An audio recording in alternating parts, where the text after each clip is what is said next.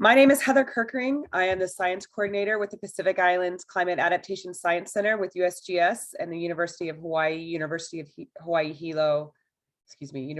at Manoa at Hilo, and the University of Guam. Thank you so much for joining us today. I'm going to be moderating the seminar today as part of the Slice of Pie seminar series. If you've joined us in the past, usually have Brad Romine moderating, and I'm pleased to do this today because I'm very excited to have Scott Fretz and Lucas Fortini with us. They're going to share their groundbreaking efforts to lead a network of sectors on tackling issues of climate change and species conservation across Maui Nui. Along with other groups and agencies, PI-CASC has been supporting this effort for a couple years now, and I'm really looking forward to learning more about the impacts of their work through this presentation. I'm just going to give a brief introduction to both Scott and Lucas and then let them take it over from there. So Scott is a conservation biologist by training with a bachelor's in ecology and a PhD in ecology, evolution, and conservation biology. He's the division's Maui branch manager and is responsible for the teams that implement programs for the conservation of forest, watersheds, and native ecosystems, and the division's trails, access, and outdoor recreation program. That is a good, large portfolio, Scott. His program manages forest reserves, natural area reserves, and wildlife sanctuaries. He partners with other landowners and agencies to leverage protection and management of natural resources. He and his group are basically the boots on the ground, and they work to put out fires, and they also manage very big marine protected areas as well. And just for some fun facts, in his younger days, he worked on sage grouse, bald eagles, forest birds, canopy arthropods, and birds of paradise in Papua New Guinea, where for at least 6 months, he survived only on peanut butter and Navy biscuits. So welcome, Scott, and thank you so much for being here today. I'm also going to give a brief introduction to Dr. Lucas Fortini, who is an ecologist at USGS Pacific Island Ecosystem Research Center, or PIERCE. He has a background in forest, spatial, and population ecology using quantitative ecological methods to aid conservation and management efforts.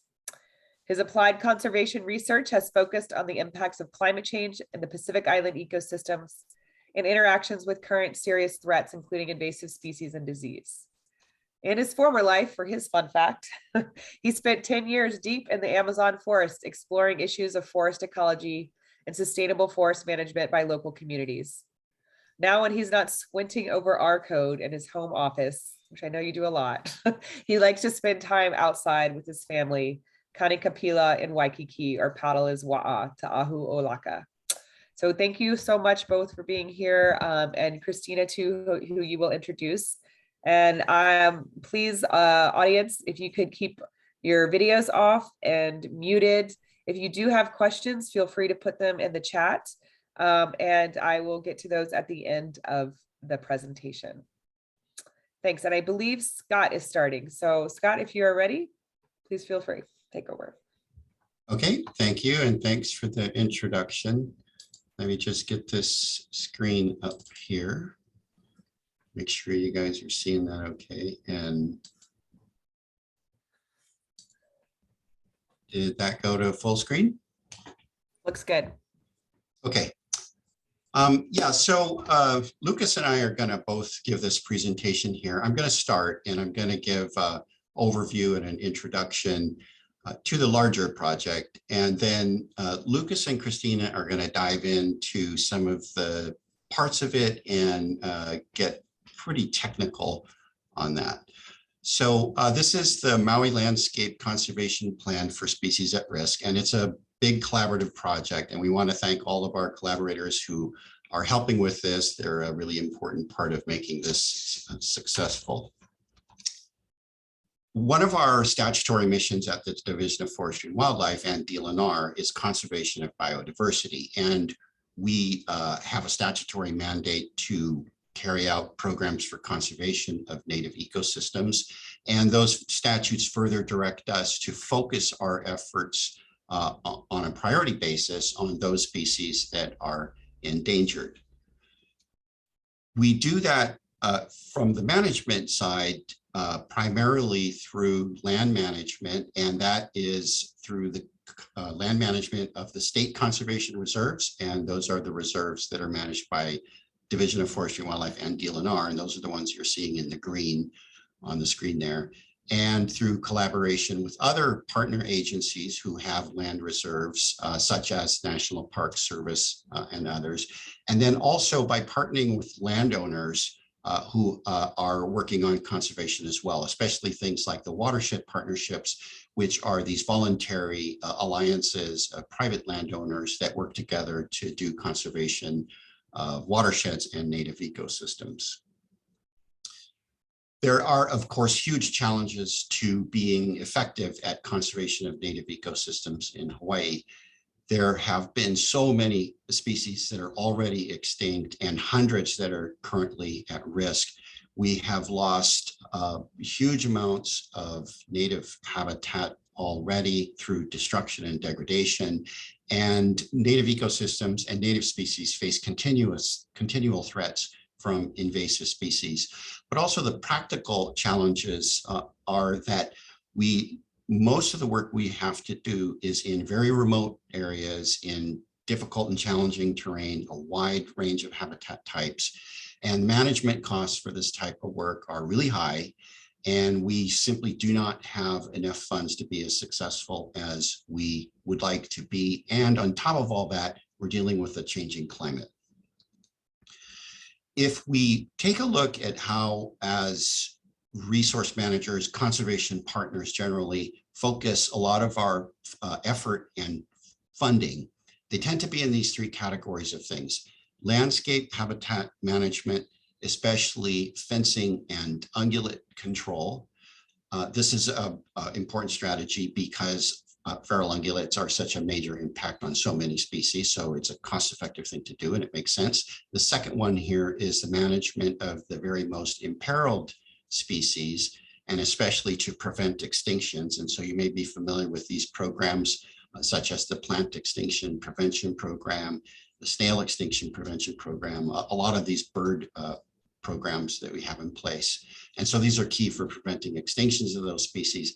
And then the third one here is management of incipient invasive species, things like, for example, work done by the invasive species committees that are on each of the main Hawaiian Islands.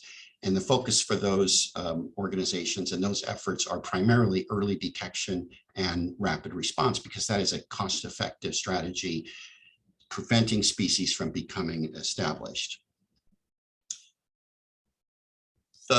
The work that we do on those strategies, though, is really only the start. Within all of these areas where we have these fences intact, and that's what you're seeing here on this map here, we have a lot of areas, over 100,000 acres on Maui, that are already fenced with ungulate control in place. Within these areas, we still have threats to all of the native species that are in these areas, or to many of them. Threats like rats and slugs and ants and weeds and predators, they still threaten all of these species, even within areas that we have effective ungulate control in place. We've got to be able to get into these areas and be more effective at management in those areas. And we have a lot of guidance to do this. We have these excellent recovery plans to do this. And these plans do everything that traditional recovery plans need to do. But with more than 300 species at risk of extinction at landscape scales, it is simply impractical for managers to be implementing these plans one plan at a time. What we really need is an integrated and comprehensive spatial framework that gives managers the guidance they need to be effective at these landscape scales.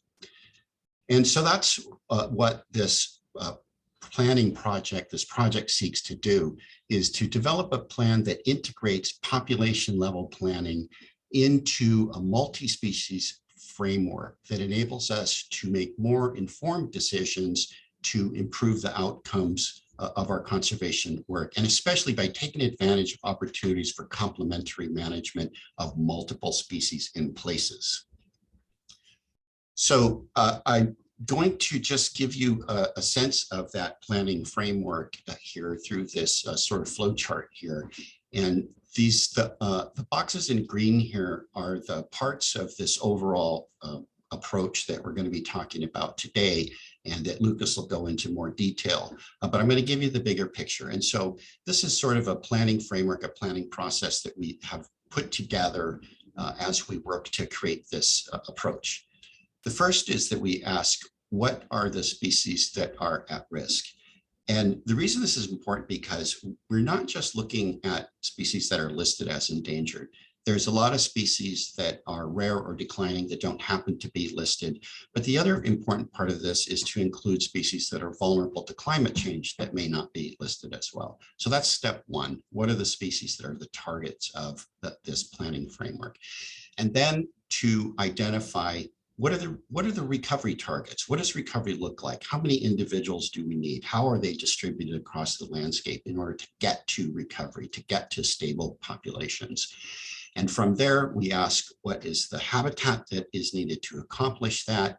We take that a step further and refine that and adjust it based on criteria that Lucas and Christina are going to be talking about today, for example.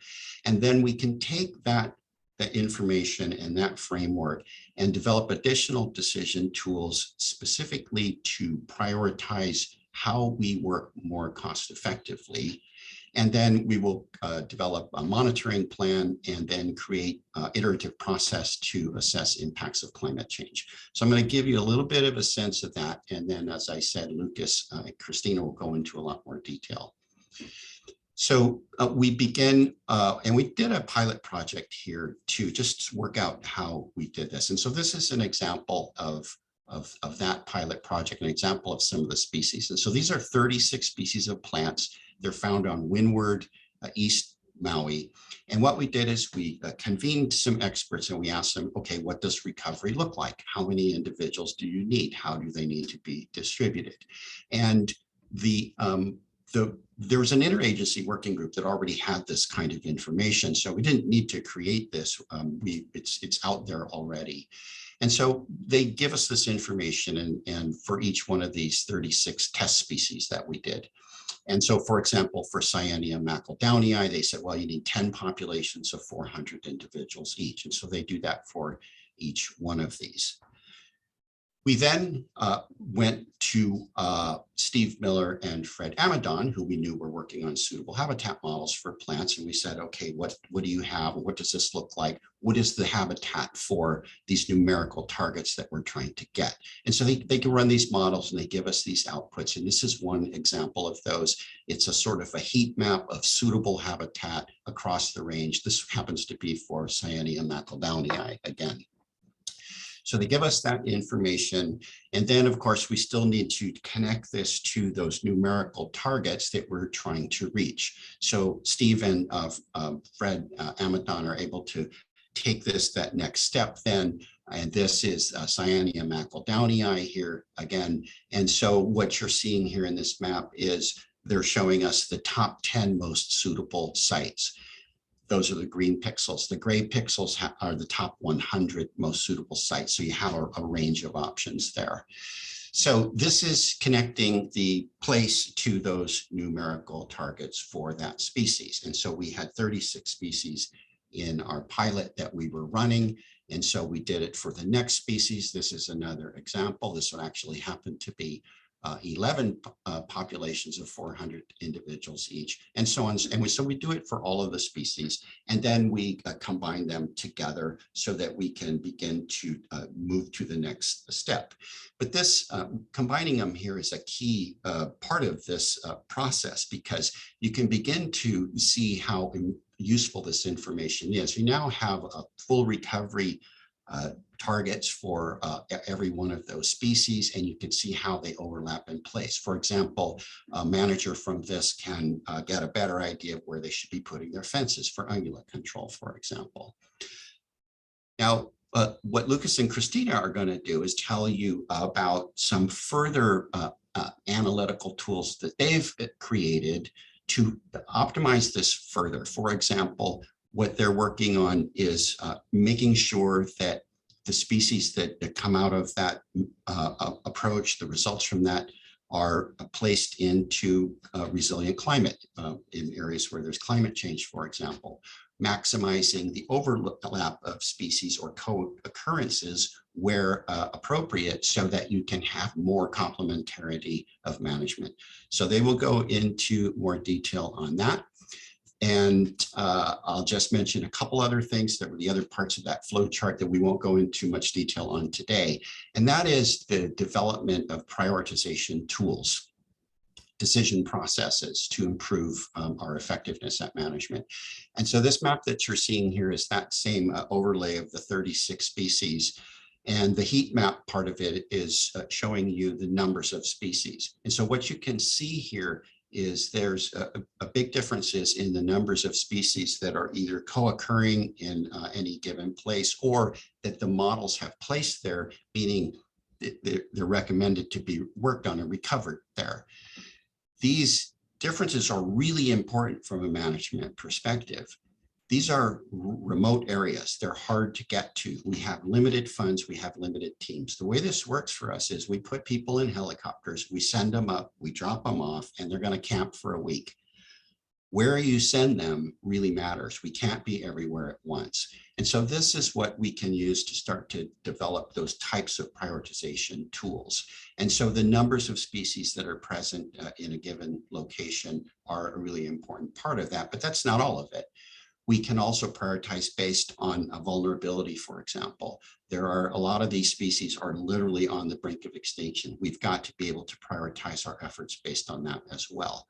And the other important component of developing these decision and prioritization tools is the cost effectiveness of the actions. And so we're working with Melissa Price and Tara Martin to create a decision framework that'll take that spatial prioritization and combine it with prioritization of actions. In any given area we go to work, there will be many species, there will be many threats. The management of the results of management of those threats is going to differ from threat to threat and from species to species. The cost is going to be different. The results are going to be different. We need to be able to understand and prioritize the actions we take, the funds we're spending to have the best outcomes in those areas. And so that's what we will be working on later this year as we launch into this new segment with Melissa Price and Tara Martin.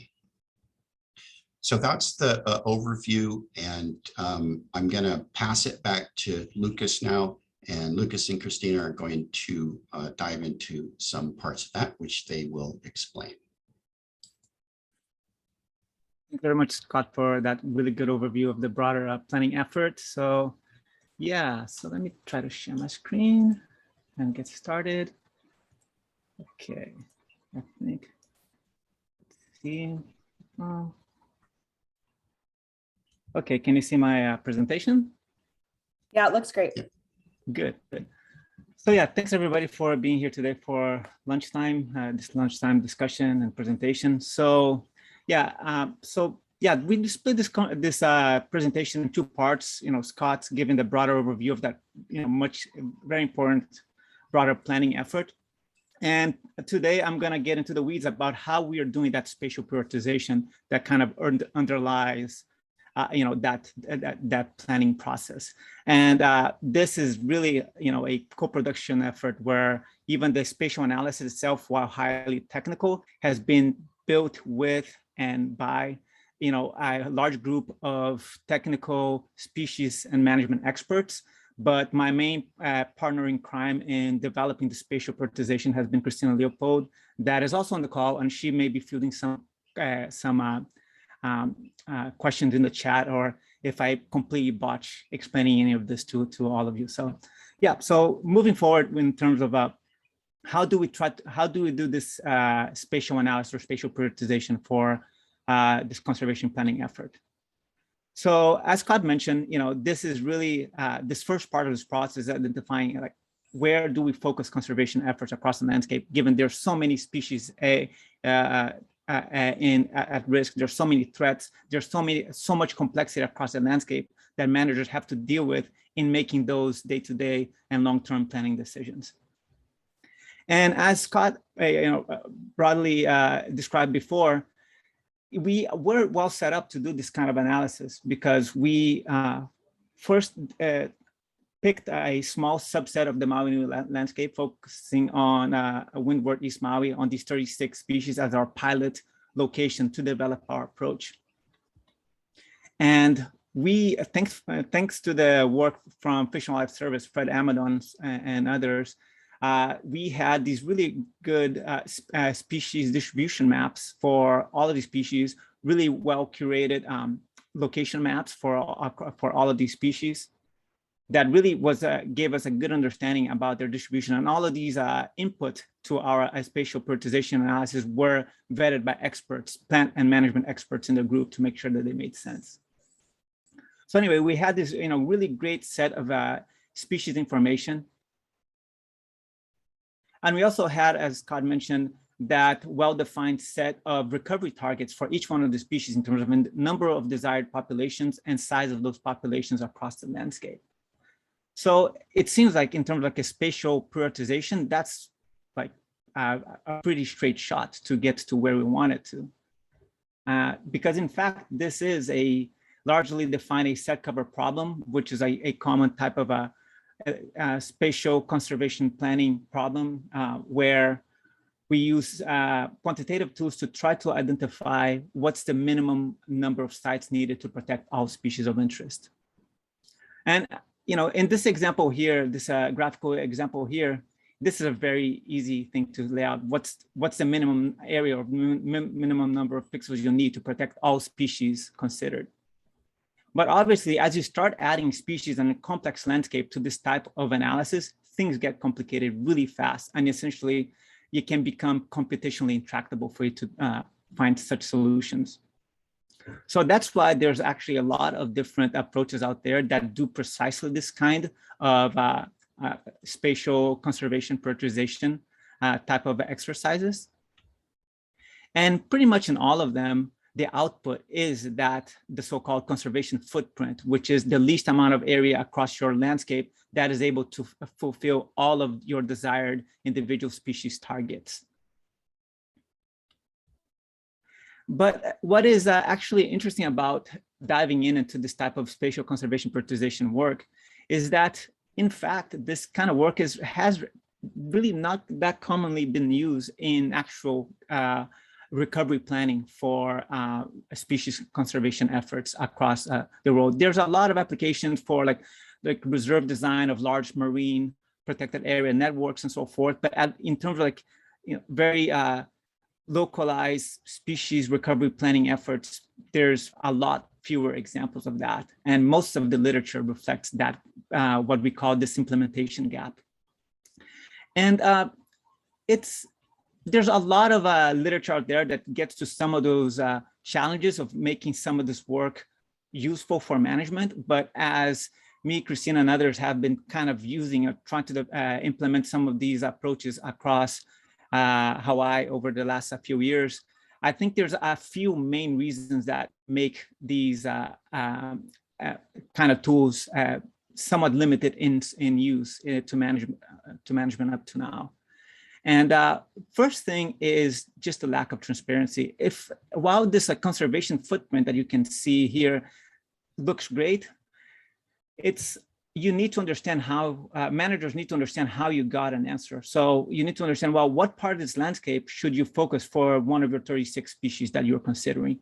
Is it picking actually ideal habitat, or is it just picking common marginal habitat across all species? You need to know, have a much better understanding of the process of coming up to an answer than just coming up with the answer itself. So, just knowing the answer itself, if it's opaque and complex, doesn't really help for closing that implementation gap.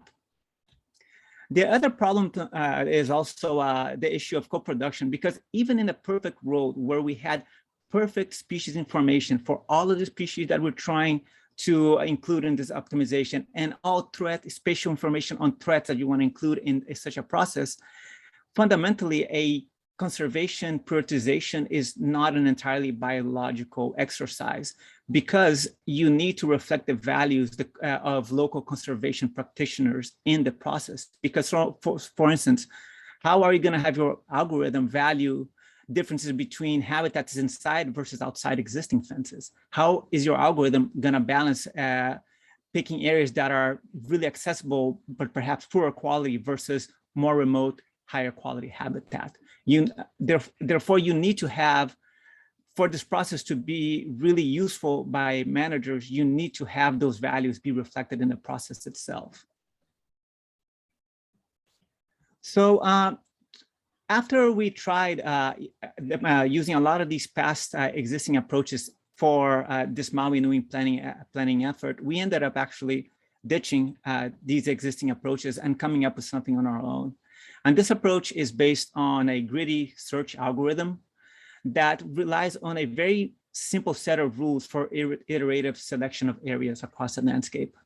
And this is an approach that has been shown to result in really efficient conservation footprints that are pretty close to an optimal that you can find across the multiple possibilities.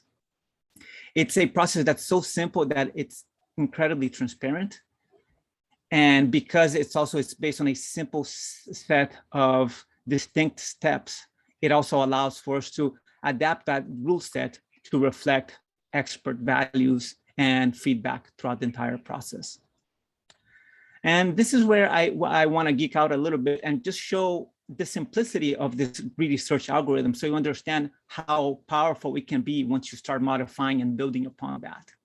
So let's say in this example here, you have 6 species you're trying to conserve some amount of their habitat that is represented across potentially 5 conservation sites. So what would be the least amount of sites you would have to pick to represent all of those 6 species? This is really an obvious example, but it shows how the algorithm works clearly. So what the greedy algorithm simply does is that it is an iterative process that picks the sites with the most remaining species targets first, and then repeats until all species targets are met. So before any site is picked, we can look here in this example that site A had 3 of the species, site B, 3 of the species, so on and so forth.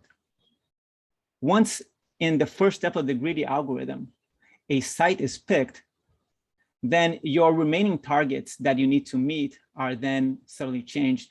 While before picking that first initial site A, site C had 2 potential species targets that you could satisfy with that site. But now that you picked site A in that first step, you only have 1 remaining target in that site C. So in the second step of the algorithm, you then pick the remaining site that has the most amount of species, which would be site B. And once you do that, you have met all your targets by picking sites A and B together. And to graphically illustrate that, this is, and this is how it looks like. So we could pick either site A and B to span our conservation efforts across all of the species of interest, or we could have picked instead site C, D, and E, resulting in 3 sites. So that being not an optimal, let's say, a spatially efficient solution. So yeah, this is pretty obvious. But once you start adding more species and more sites across the landscape, potentially, hundreds of species and thousands of potential locations, things get really complicated. And that's where the greedy algorithm is still able to shine through, even despite this simple rule set, is able to identify the ideal set of locations that you can concentrate your efforts across the landscape. But the reality is that even for a simple example like this, multiple solutions are possible. So for instance, if you're trying to, again, pick the least amount of sites to protect, all of the species of concern, you could have picked those 2 sites that are highlighted in red. You could have picked this one also, or this, or this. So that's why when you run these greedy algorithms, you do want to run your algorithm multiple times to really identify all those potential alternative solutions across the landscape. But what this entire example hopefully shows you is that the rule set is fundamentally extremely simple and explicit. And because of that, we can really adapt that iterative process to reflect a lot of the things that experts value in conservation locally. So for instance, in our process, here's just a few examples of things we incorporated in that rule set in picking sites iteratively with the greedy search. So one thing we did is that we wanted the selection process, the optimization process, to pick across areas that had the highest habitat quality across species. So let's say, you know, in an iteration of this process, the first step, it picks this one site with the most amount with high species richness.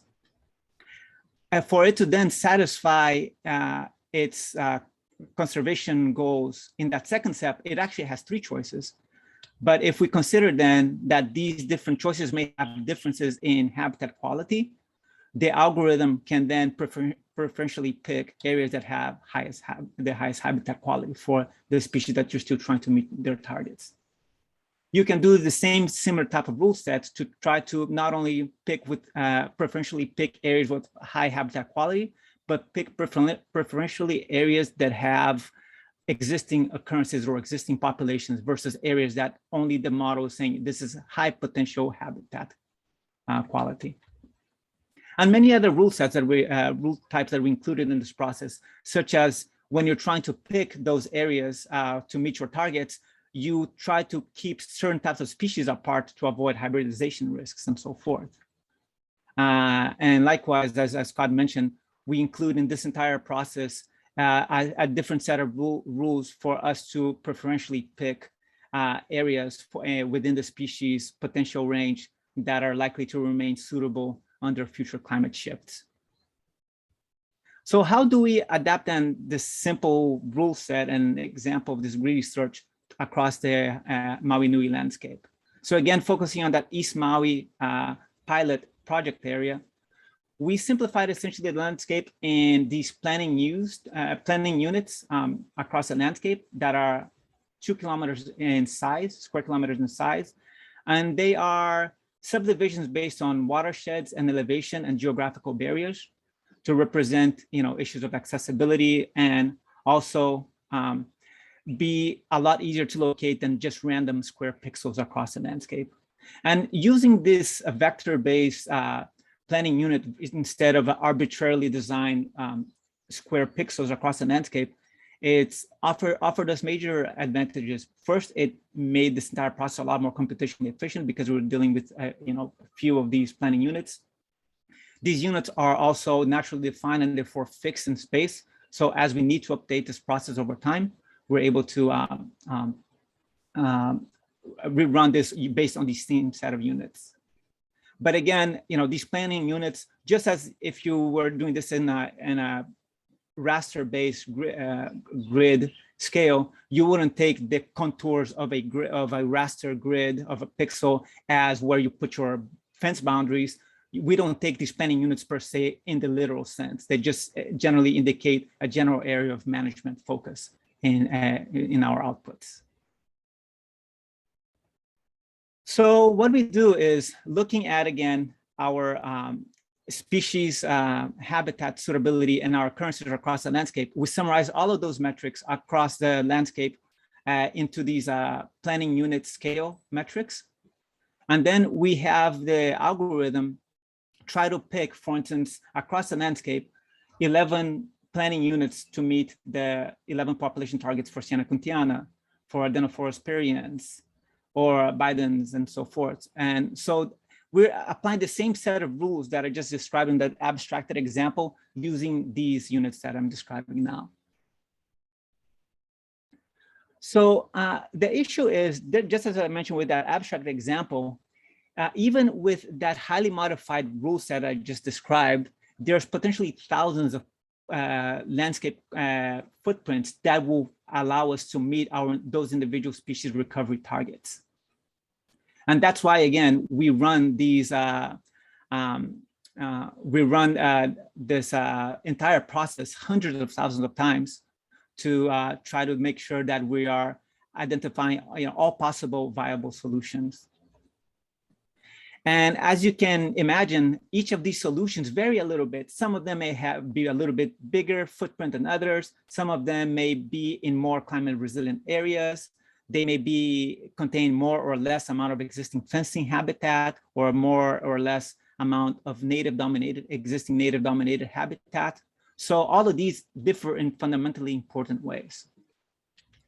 But because we have calculated these footprints, hundreds of thousands of these calculations, for any of the footprints we calculate, we can actually then look at that footprint in the context of all existing other, that large universe of footprints to see what are potential trade-offs in any given solution. So let's say this example here, it shows if we were to pick the footprint with the smallest amount of area, conservation area, as a result, you would be certainly, you'll be doing really well in terms of area that you need to focus your conservation efforts, but actually it does below average in terms of picking areas that are good habitat quality for your target species. And it's just about average in terms of picking areas that are climate resilient to in regards to mid and late century potential distribution shifts for the species.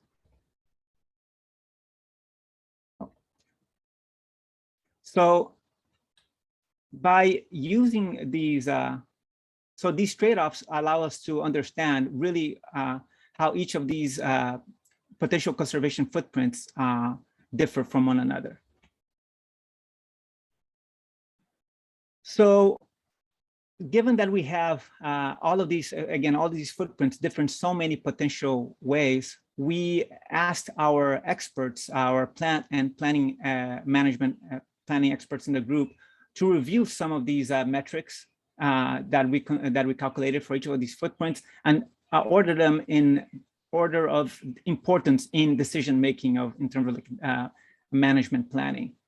And once they defined the relative importance of those metrics and which metrics to be used as criteria for selecting a conservation footprint, a final conservation footprint, we created a combined metric that allow us to pick the conservation footprint that really did well across all of those metrics that they determined to be important in making that decision. So we end up not only with that footprint that reflects those conservation values across our experts in the group, but also we can see how that particular footprint represent trade-off in those metrics that the expert themselves said it was important in their decision making. So we can see this footprint does pretty well in terms of picking, least amount of non-native habitat. It picks areas that are generally climate resilient. It picks minimal area outside of existing conservation lands. It picks generally very contiguous.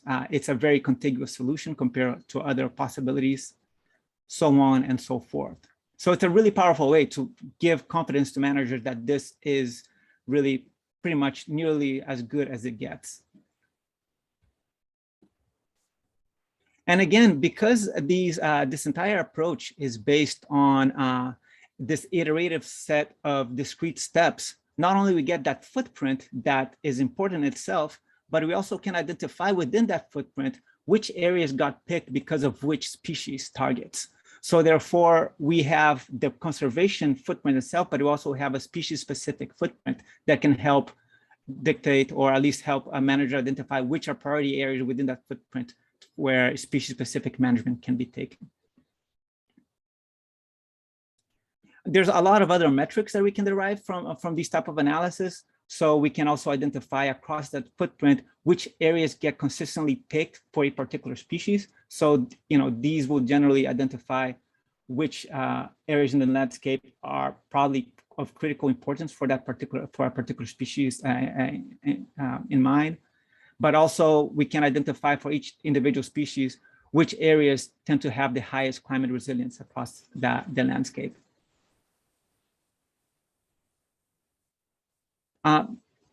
The other thing that we did throughout this entire analysis is answer a question that's rarely asked in similar spatial conservation prioritization efforts, which is, okay, you come up with a great spatially efficient conservation footprint, but are you picking actually good habitat for this individual species? Or again, is it just picking common marginal habitat across all species? And to do that, we actually compared our multi-species prioritization results with a different analysis that Scott briefly mentioned in the beginning, which was a optimization at the individual species level. It was a process developed by Fish and Wildlife Service to identify optimal individual species habitat across the landscape. So we compared that species level optimization to our multi-species conservation footprint to see, okay, what are the trade-offs there? And we were able to show that indeed our multi-species conservation footprint, as expected, it's a lot more spatial efficient because it's, again, considering that co-occurrence, but also it does pretty well in terms of all other metrics as well. So we're not paying a penalty by trying to manage things together.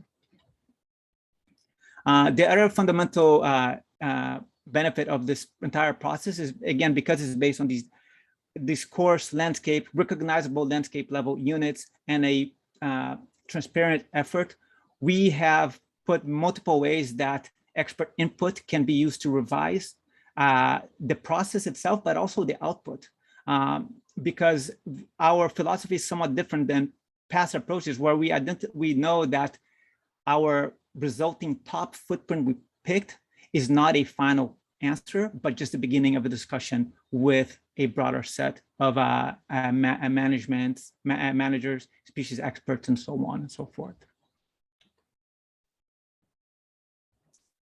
So just to summarize then, we have, in trying to come up with a process that would help this really incredible effort that Scott's leading in terms of planning, long-term planning for species recovery across the Maui Nui landscape, we ended up coming up with something that's is slightly different from anything that's been done before, but shows the benefits in terms of picking climate resilient areas for conservation for multiple species across the landscape.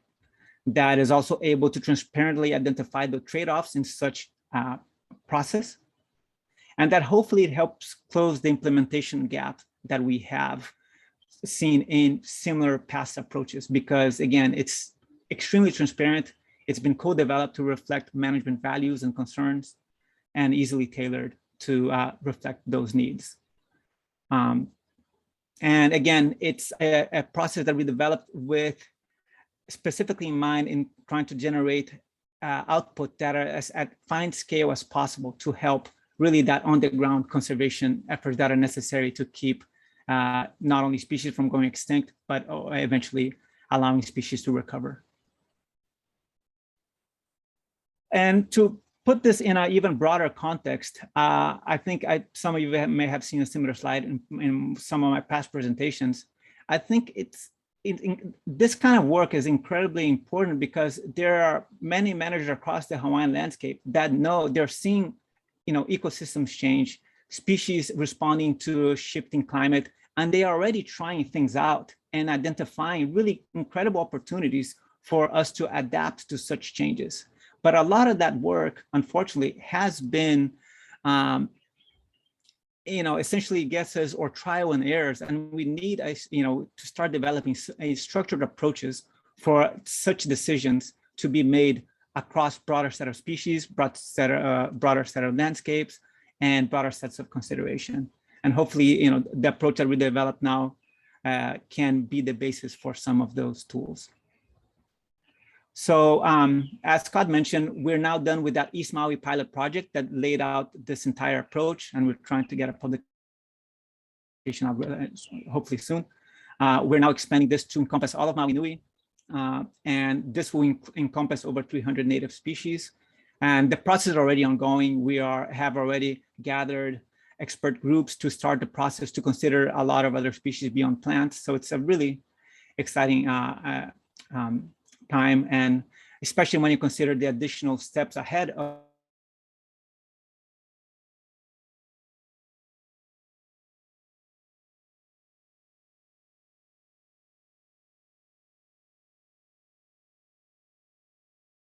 has been such a huge effort by so many of our partners and partner institutions. So I can't thank anybody enough. with that, I would like to bring it back to the conservation implications of all this work by sharing kind of what this actually these outputs actually may look like. And Scott, do you want to talk through some of this work, or what this actually looks like on the ground? Yeah, so just before we end it and open up for discussion, Lucas, if you can kind of hover on some of those. What I wanted to do was just bring it back to the manager's perspective here and really show you how this product, how this output can be so useful for managers. In any one of these pixels here, what you're going to see is the number of species that have been targeted for recovery in that area. And it's not just because they happen to occur there now. It's in addition, it's because they should be there. We should be working on them there. And it's comprehensive. It includes the full suite of locations you need to completely recover those areas in locations that are not just suitable now, but will be suitable into the future. And by combining those species there and putting them together, you show managers what they should be working on when they get there. You give them the opportunity for complementarity. You give them the opportunity to really analyze how they can be most complementary. And if you happen to be a manager of some other reserve somewhere, let's say the National Park Service or a Fish and Wildlife Refuge or something like that, you might just have one place that has 8 species or whatever it is. What is also important for that manager is not just understanding that those are the species that are placed there for recovery, but you understand how your work fits into total recovery that is being done by all of the conservation partners to get there. So I just wanted to bring it back to the manager's perspective and explain why this can be so useful to managers.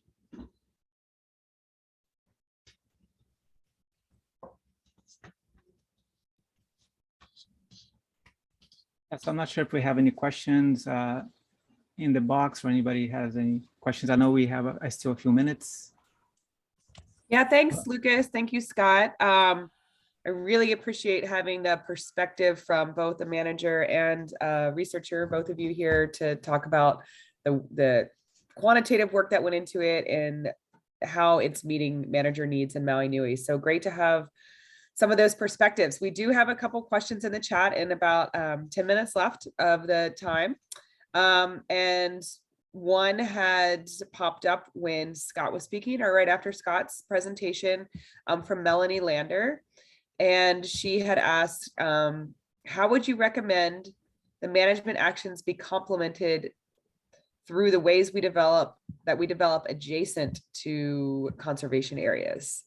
So developing adjacent to conservation areas. And if Melanie, you want to clarify that at all anymore, you're welcome to come off mute.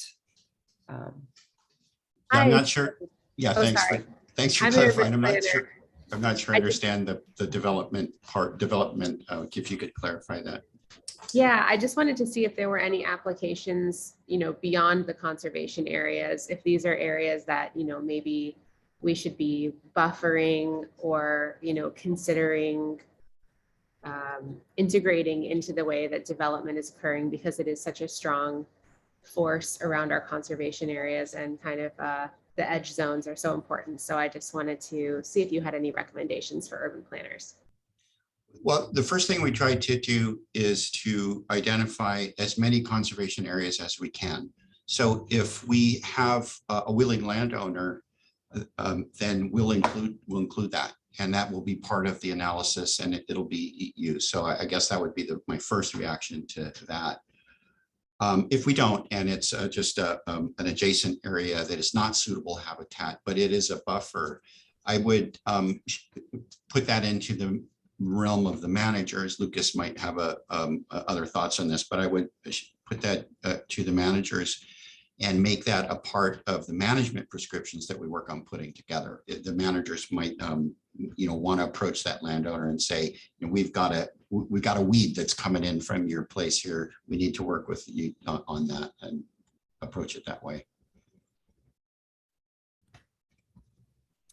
Great, thanks, Scott. The next question that came up in the chat was actually seemed like more of a comment from Ken Kaneshiro, and it had to do with natural hybridization.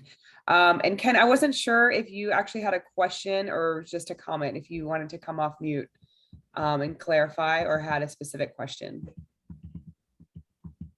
And if not, that's okay, but we may skip to a question. But Yeah, no, it really wasn't a question. And again, it really is a comment.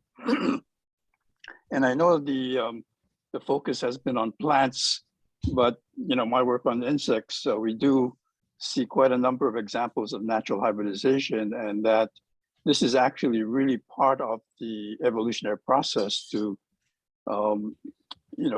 be able to replenish some of the genetic material that might have been lost due to small population size. And so you may not, natural hybridization may not be a risk. And it's something that you may want to consider when you said preventing too closely related species to prevent hybridization. That may not be entirely the right way to go, because they may need the other genetic input from those other related species in order to continue to survive. That's all I wanted to point out.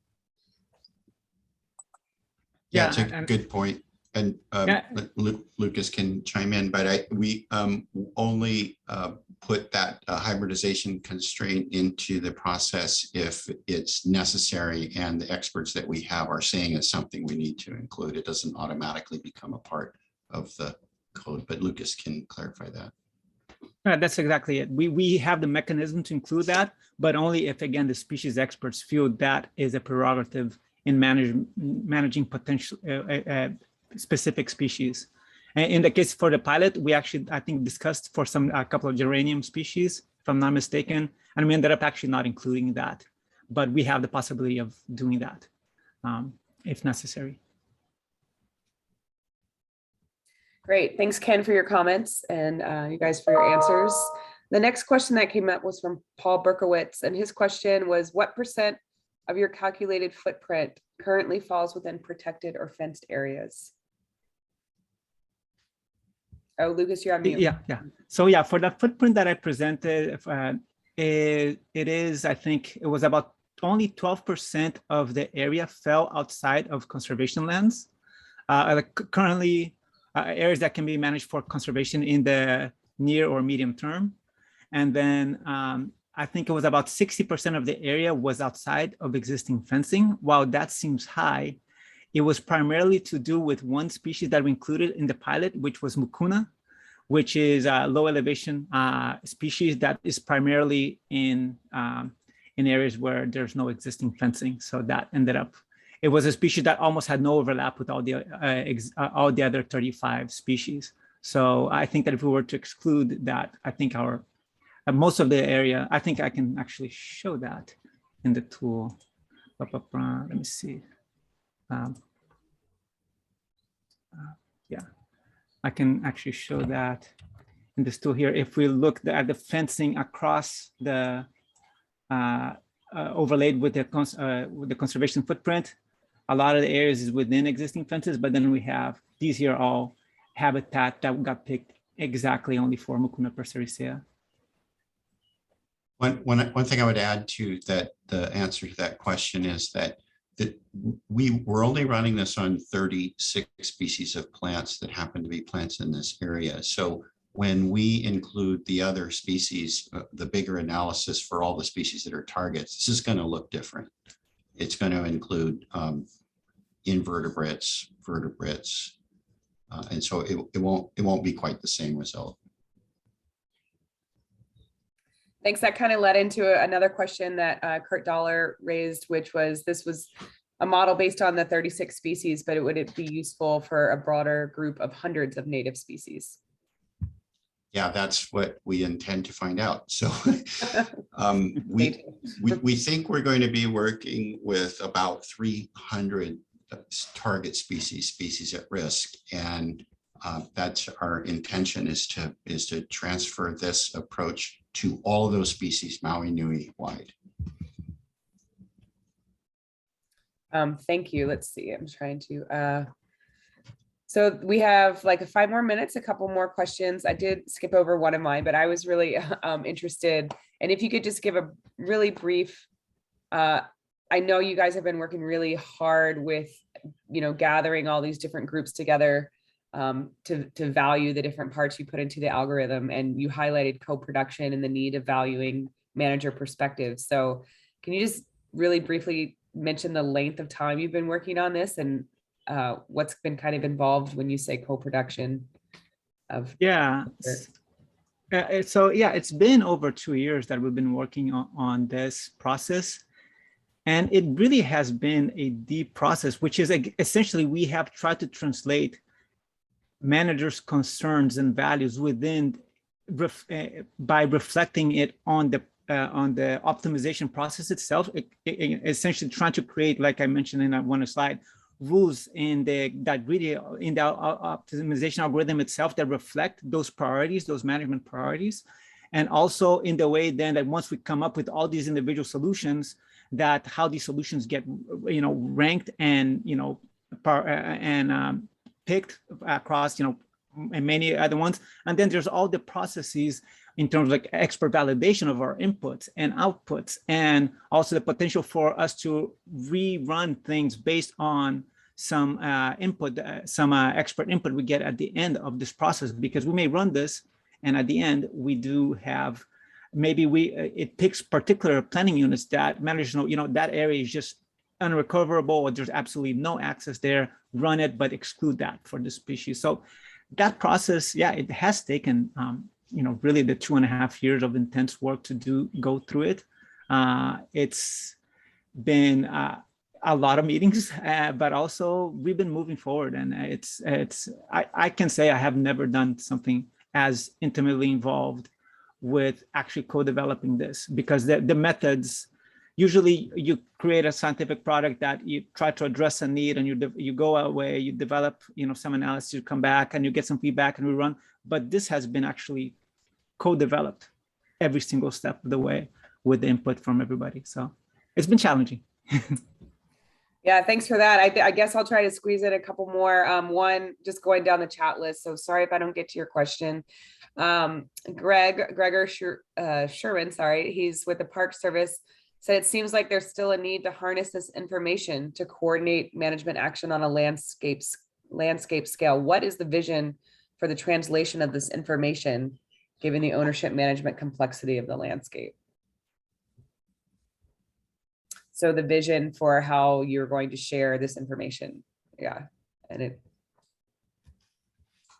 yeah, so well, I guess there's kind of a lot of answers for that, but what we intend to do is make this replicable so that other managers can understand it.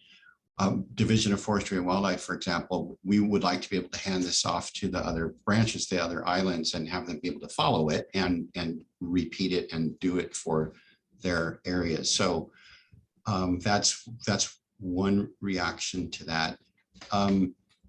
It needs to be written up as a plan that can be followed and applied by not just everyone on Maui Nui, everyone on Maui Nui first, but understandable and replicable for other areas. And if that didn't really get at all of your question, feel free to email me and we can talk more. yeah, I will note there were a couple other questions, but thanks, Christina, for fielding those in the chat. I appreciate that. And then we can save the chat and share those questions with this panel, and hopefully they can get back to you directly.